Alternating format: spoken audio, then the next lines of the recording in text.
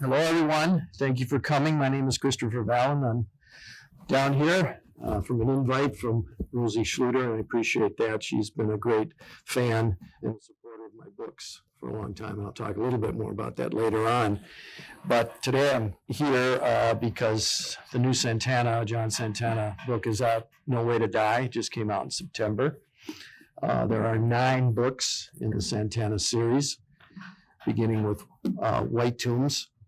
And then I have written with a friend of mine, Dan Cohen, a book called City of Stones, which is a noir murder mystery set in 1950 Minneapolis, when it was known as the most anti-Semitic city in the United States.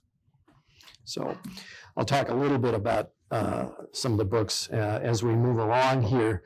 But I'm going to focus today, like I say, on No Way to Die. And I'll also read just a short section, the first scene of the book, later on, kind of give you a flavor of what it's like. I've got a question for you to start. How many are familiar with the St. Paul Winter Carnival medallion hunt? Do you know what that is? Okay. Have you ever attended the Winter Carnival in St. Paul? Have you ever gone out and looked for the medallion? Okay. Yes, that's why it's the Winter Carnival. They're in January and February, exactly. Well, No Way to Die begins with the search for the medallion in January in Minnesota. But instead of finding the medallion, they begin to find bones, human bones, in Como Park. So that brings in our detective, John Santana, to investigate what's going on at that time. So that was sort of the question when I was thinking about another book to write after The Price of Life. I thought about the Winter Carnival, and I thought, wouldn't that be sort of interesting if this was happening during the carnival, and how that would impact the carnival itself and the city. If bones were turning up in the parks. So for me, as an author of police procedurals, it is all about asking questions.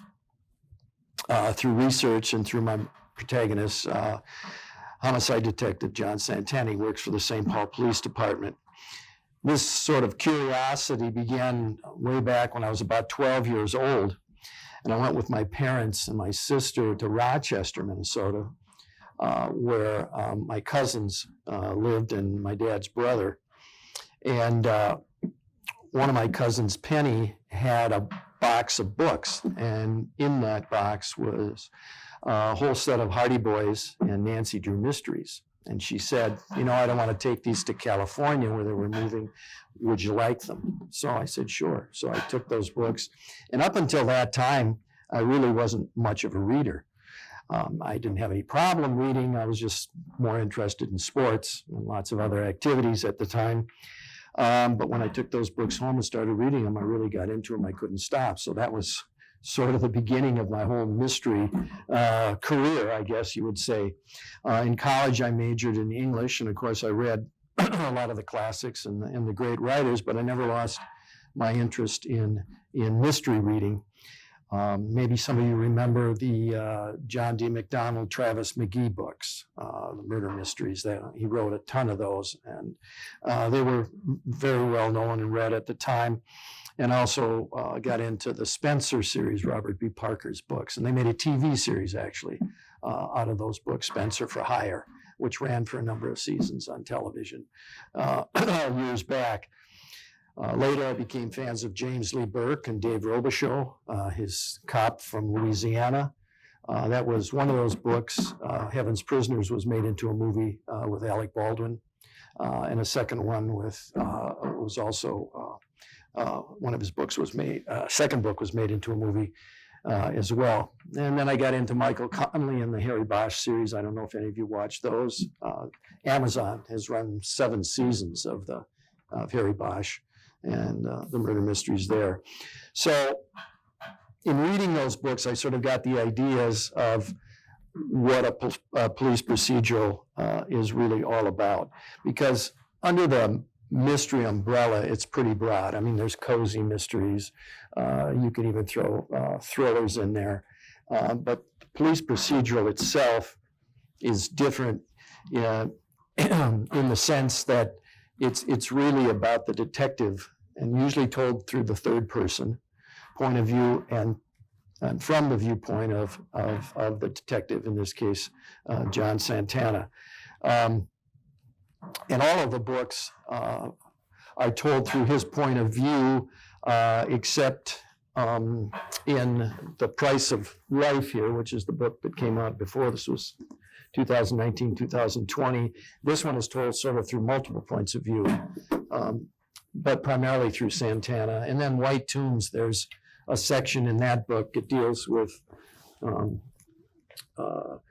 a murder of a Latino in the west side of St. Paul, one of the publishers of a newspaper, and it also deals with some of the immigration and illegals coming across the border. And one of the sections is told through Angelina Torres, who's a young girl that came across the border, the coyotes, which they call them, that brought these kids across the border, and it's told through her point of view. But primarily, like I say, it's from the point of view of Santana. And all the books start with the body, with the murder. You come in, you see what Santana sees, and then you begin to work the case with him and attempt to solve it. But of course, it's never necessarily what it appears to be. There's always something else. So each book also deals with a lot of different cultures. I mentioned White Tombs and Latino. The Black Minute deals with the Hmong culture in St. Paul. In my former life, I was an educator and a principal, and I had quite a few Hmong students in Vadnais Elementary in White Bear Lake, where I was a principal for a number of years. The Darkness Hunter deals with the murder of a young Native American girl who's found on the Mississippi River. And that book takes place, some of it in Red Wing, and deals with the fracking industry and silica sand. And I'll talk a little bit more about that in a little bit. And Rosie was very helpful in that, because I got a tour of the Goodhue County Sheriff's Department down here, because there's a scene where Santana has to come down and pick up a prisoner, bring him back to St. Paul.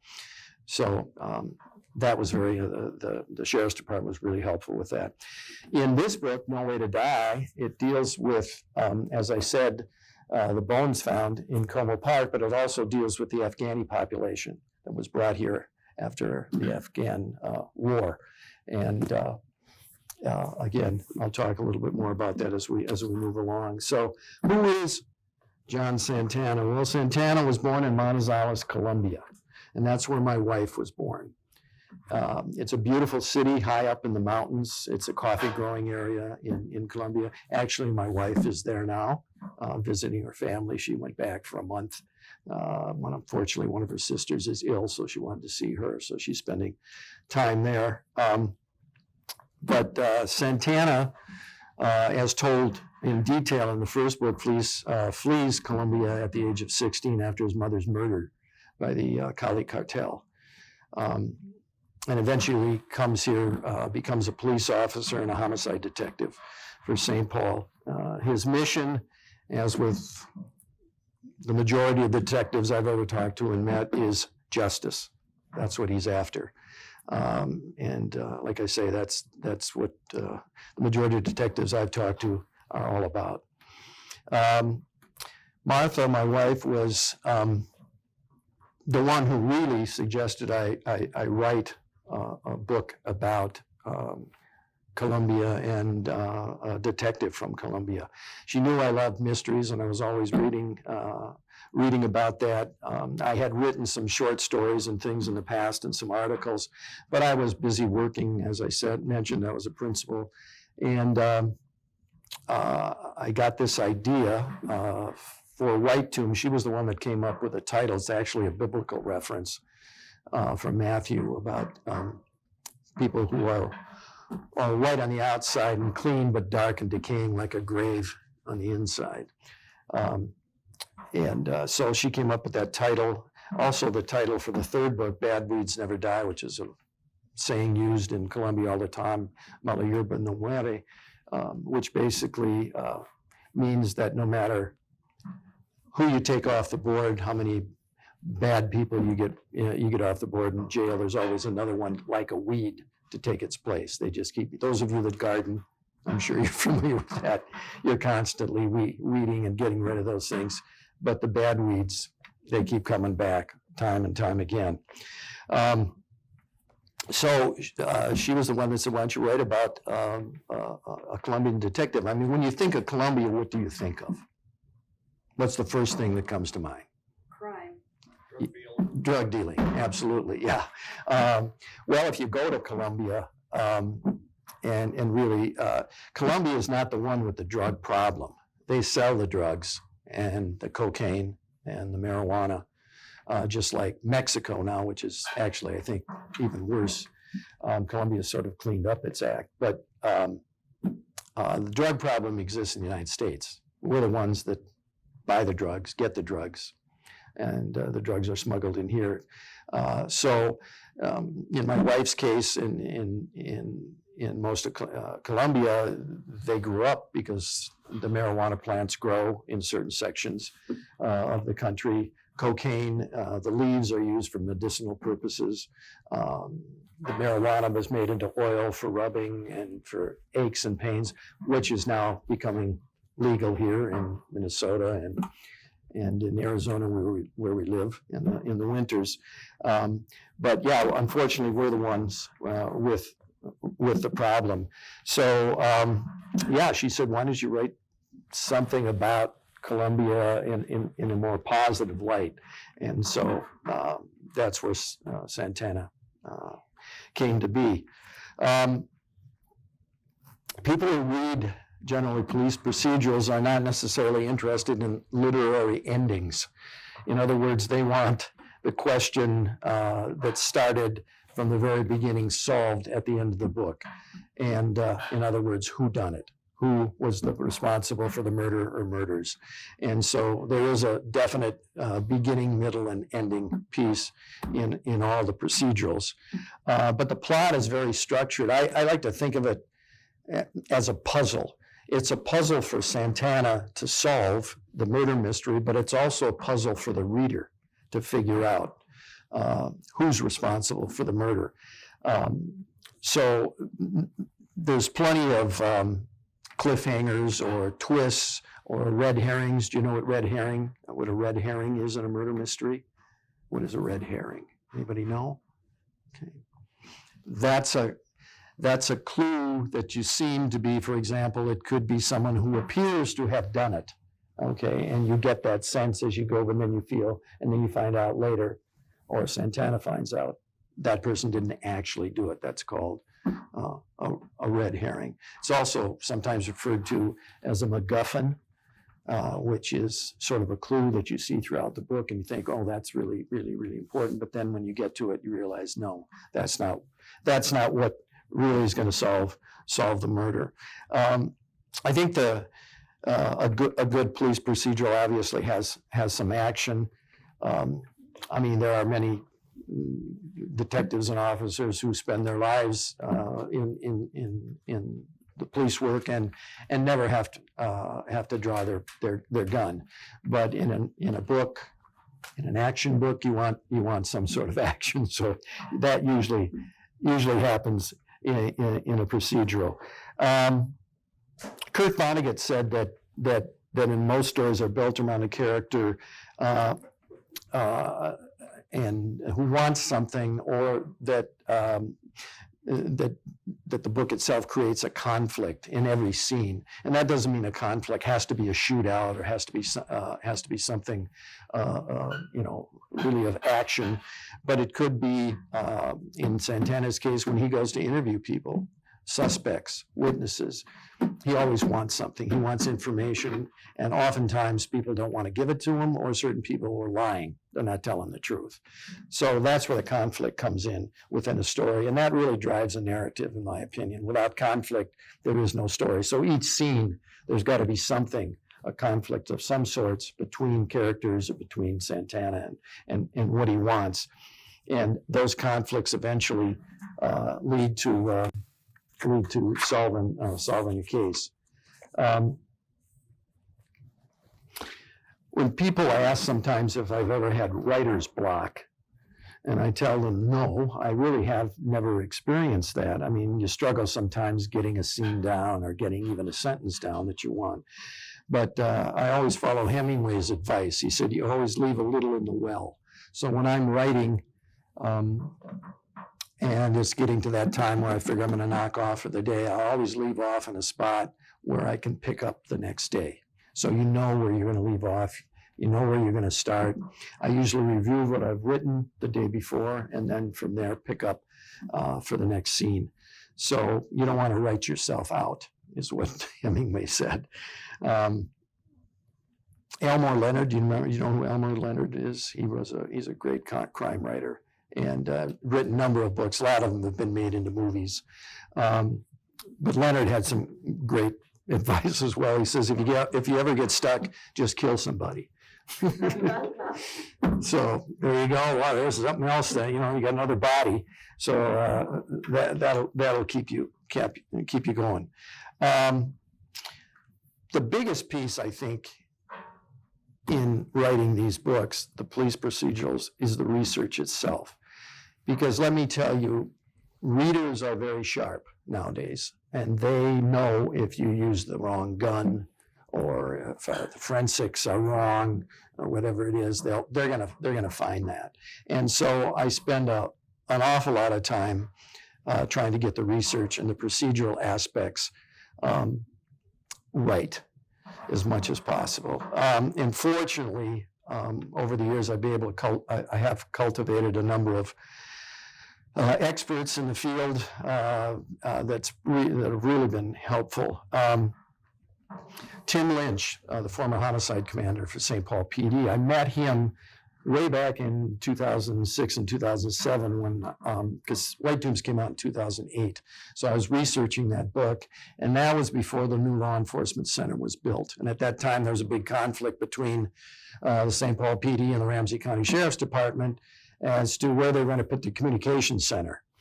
And they both wanted, pieces of that center. And so they ended up actually building a walkway across the street and putting the communication not in the law enforcement center, but in a separate building, because they couldn't quite agree on how they were going to share. So the third floor of the law enforcement center was completely empty. Remember when they had the Republican convention here years ago?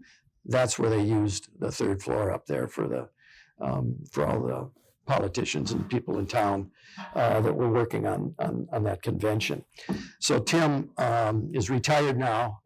He's winters in Florida and I'm in Arizona, but we're in constant contact. If I have questions, emails, I just had lunch with him a couple weeks ago. We always get together in the summer. So he's been a real key source for me. Ed Steenberg, Ed was one of the commanders. He's also retired, but Ed is the historian for the St. Paul Police Department. And there's a scene in No Way to Die of a funeral of a law enforcement officer that's killed in the line of duty. And I wanted to get the whole sense of that right. So Ed was very helpful in describing how that scene would play out.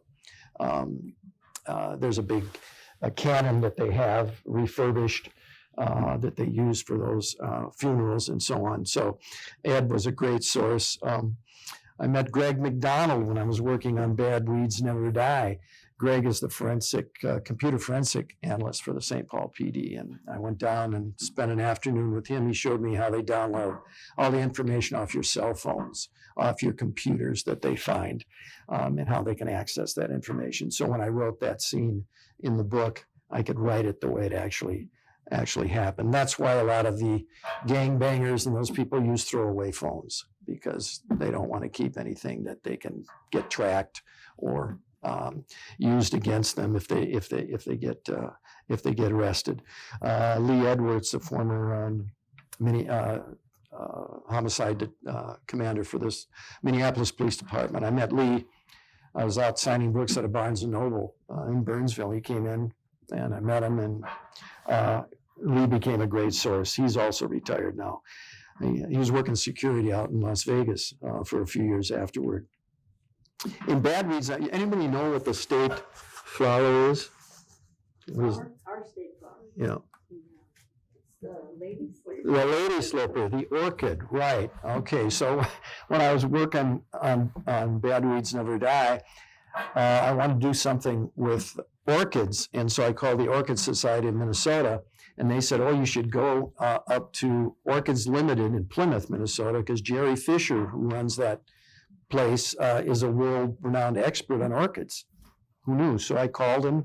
He said, "Oh, sure, come on up." And I met him, and I found out he has an orchid named after him called the Fisherie, which he found on the border of Ecuador and Colombia. And that became a key plot point in the book that I used. And whenever I finish a book, any police officer, anybody that's helped me, I send them a copy. I put them in acknowledgments, send them a copy. And a couple of weeks after I had sent a copy of Bad Weeds to him, his wife sent me an email. And she said, "I never read these books because I can't sleep at night if I read them." And she said, "But I did read Bad Weeds and I enjoyed it." And she said, "I got all this stuff right about the orchids." So that made me feel real good because, again, it's important to get it right. I mentioned the Black Minute earlier. That's this murder of a young Hmong girl on Harriet Island in St. Paul. And I wanted to have a funeral scene. And we had some friends that had a boat down in Raspberry Island, and they introduced me to Bob McAdams, who is a funeral director at his own funeral home in St. Paul. And at that time, the Hmong did not have their own funeral homes. And the problem with that was when Hmong have a funeral, it's a 3-day affair. It's not just one afternoon or morning. So the funeral homes were getting all backed up because they couldn't handle those. And so they ended up building 2 Hmong funeral homes down by Holman Field in St. Paul. And that's where the funerals are held now. But I met Bob and interviewed him as I was writing that book, and he gave me information that at the time I didn't know I was going to use, but it became a key plot point in the book, that when the Hmong, before the Hmong are buried, they have to have all metal taken out of their bodies, everything out of their teeth, whatever. They don't believe in having any of that in your body. Well, again, Bob told me that, and I wrote it down, and as I was writing the book, that became another key point to help Santana in solving the murder. Bob, as I mentioned, also has a boat down in Raspberry Island, and it's the name of his boat's the Lucky Stiff. So Bob's got a good sense of humor. I suppose you need it when you're in the funeral business. Also, members of the Hmong community helped me with that. I met George Anderson, who worked at Stillwater Prison, because there's scenes in the book, at Stillwater when Santana has to go there to interview someone. And that's very helpful. Another interesting guy I met when I wrote Death's Way. I don't know if any of you know that there's a Hindu temple out in Maple Grove, Minnesota. I didn't know that at the time. It's built in the middle of an old alfalfa field, and it's out and it's a beautiful. And by the way, on my website, www.christophervalen.com, there's all kinds of photos of the places Santana goes in Colombia and here, the restaurants, the beautiful palace, the Hindu palace. So I got in touch with Ned Mohan, who's a professor at the University of Minnesota, and Ned invited my wife and I out, and we toured that Hindu temple, and it's gorgeous. I mean, the floors are just so polished, and all the temples, there's I believe 7 little temples that they have inside that. It's a huge place. It's very, very interesting. If you ever get a chance to go out and take a look at it, you should really see it. And I didn't realize the thousands of Hindus that we have here in the Twin Cities. We have a very large population, which again I found out as I was researching that book. And I mentioned the Darkness Hunter and the Goodhue County Sheriff's Department and Rosie helping me out there. Well, I was driving one day, and I knew I wanted to do something with Red Wing and the fracking piece down there, because I mentioned conflict earlier. Well, that's a built-in conflict, because you have farmers who want to sell their land for lots of money because they want to get the silica sand, which is a different kind of sand. It's not sandbox sand. It's not beach sand. It has specific characteristics that are used in the drills that they use for fracking for the oil in Dakota and all the places. So it's more expensive, but it's really hard to get, and they want to get at it. But then you have the environmentalists who say, no, we don't want you digging up all the beautiful land around the river and Red Wing there. So you had that built-in conflict there, and then the whole Native American population, the casino. Down that area. So, and actually did a talk down there for the TRIAD when you had the Goodhue County Sheriffs and all the Sheriff's Department had the state conference at the casino. So I did a breakout session down there at the time. Thanks again to Rosie. But I heard Tony Runkle, who's a professor at the university, talking about some of these issues on NPR one day when I was driving. So when I got home, I Googled them and called him at the university, told him what I was working on, and he said, oh, sure. So I met him, and he was, again, very, very helpful because the difference in the sand became a key plot point in the Darkness Center. There's a murder victim that's found with sand in his mouth, and discover where he was found. That sand is not silica sand. So it was apparent that the body was moved from somewhere else. And so, again, thanks to those people, I was able to use that in the book and get it right. I should mention too, and we were talking about this earlier with Rosie, when I was working on Bad Weeds Never Die, or I had finished the book at the time. In that book, I wanted to use a ranch with Pasofino horses. And in Colombia, the Pasofino horse is the horse. And if ever you know what a Pasofino horse is, they have a specific walk. And they're used in the coffee growing regions because they have a very fast trot, as opposed to a traditional horse that we would have here. And they're a little smaller type horse as well. Well, I had seen them at the fair when my wife and I went to the state fair. They had some Pasofinos there. And I was wondering, geez, do they have them, where around could I find a Pasofino? So when I was doing research, I found that there was a place in Cannon Falls and a ranch that had a Pasofino horses. And so I thought, well, that was interesting. So my wife and I drove down one day, and we drove around the place, and I got to see what it was like and the fencing and all that stuff. So I put that in the book, and there's a horse that's buried in the book on that ranch and so on. And by the way, when you ride those Pasofinos, my wife's parents, or father, had Pasofinos on their farm when she was growing up in the coffee plantation there. And she said he would ride around because of that trot. It's very, very smooth. It's not like riding, a horse, that you would normally ride where you're bouncing around. And he would be drinking coffee while he ride around the ranch with that horse because it was so smooth. And when you ride it, and I've ridden them in Colombia, and they're really something else. So I wrote that, and then Once Upon a Crime Bookstore, which is the crime store in the Twin Cities and nationally, they one year won the Raven Award for the best mystery bookstore in the United States. And the former owners, I knew Gary Schultz and his wife, because I'd done some book launches there, and I'm doing one on the 23rd of this month for No Way to Die. There's new owners now, but anyway, at the time, Pat, his wife, Gary's wife, sent out an email to a bunch of the writers around Minnesota and said, hey, they're looking for a woman, Rosie is looking for a crime writer to come down and do a talk. And so I contacted her. I sent an email and said, hey, I'd love to come down. By the way, I used a ranch down in Cannon Falls that had a Pasofino horse. She brought me back. She goes, that's my ranch. What do you know?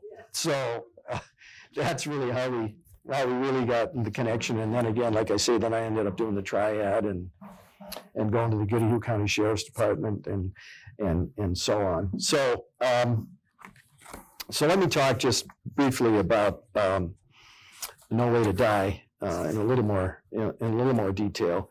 The title comes from a quote by Martin Luther, actually.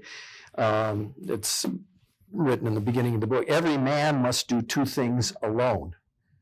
He must do his own believing and his own dying. And that's the quote. So that's partially where I got the idea for that title. And I mentioned it deals with the Afghani immigrants that have come here to Minnesota after the war. And they were gotten out of Kabul just before the Taliban, as the Taliban was taking over there. It also deals with a number of veterans from Afghanistan. And Santana's new partner, Gabriel Cruz, in this book, is a vet from Afghanistan, and he was fictionally at the Battle of Kamdesh on the border of Afghanistan and Pakistan. And I don't know if you know anything about that battle, but Hollywood made a movie called The Outpost about that battle. It starred Scott Eastwood, which is Clint Eastwood's son, played the lead character, Clint Ramesh, who was one of the two people at that battle that won the Medal of Honor, which is not awarded for nothing. And there was actually two people that won it. And there were 53 Americans and 2 Latvians that held off over 300 Taliban for the whole day they fought. And a number of them were killed, many were wounded, but there were Silver Stars, Bronze Stars, there were a lot of medals given out. But that outpost was stupidly set in a valley surrounded by mountains on the border. So the Taliban had the high ground. And of course, from that angle, they could shoot down on them and attack. And they were planning to close that base in a month, but it got delayed. And just before they were going to get it closed, that battle took place. So Cruz is part of that group that survived that battle. So it also, as I mentioned, the Afghani refugees, but specifically, and this was something I learned when I was doing the research, the character of Nasrin Khalil in this book was a member of the female tactical platoon, and they recruited women from Afghanistan to form this tactical platoon. The main reason was that the women would not talk to any of the American men troops. They would not speak with them. They would only speak to women. And so they created this outfit, which they trained, rappelling from helicopters, whatever. And they had to keep it secret from their families because, again, they would be looked down upon. Number one, if they were with the Americans, but number two, if they were actually fighting and learning how to use weapons and so on and so forth. So she was fictionally part of this tactical platoon that was created, and all of those women were gotten out of Afghanistan. They had priority because if the Taliban found them, they'd kill them. So they were brought here and spread out throughout the country. Minnesota has some of them are living here, as is the fictional character of Nasrin Khalil. But I found that really fascinating that they had created that with these women, that these women actually fought and were good fighters. And fortunately, some were wounded, but not any of them were ever lost in the battles that they were in. So that was a very interesting thing. The book actually took a couple years to write because, unfortunately, a year ago I was dealing with my sister's death. She was in hospice for 6 months, and that took up a lot of time. And then, as any of you that read the books know, that Hitana or Gypsy, Santana's golden retriever, is in all the books. And we lost our Gypsy a year ago last August. She was only 7.5, but unfortunately with Goldens, they had a predisposition to cancer, and she had a tumor by her heart, and we didn't know. And it broke the membrane, and 12 hours she was gone. We couldn't save her. There was nothing we could do. But she's still alive and no way to die. So she'll continue on in the books. That's a little bit about some of the books, and this book in particular. So I'm wondering if people have any questions about any of the books, the writing, the process. Any questions?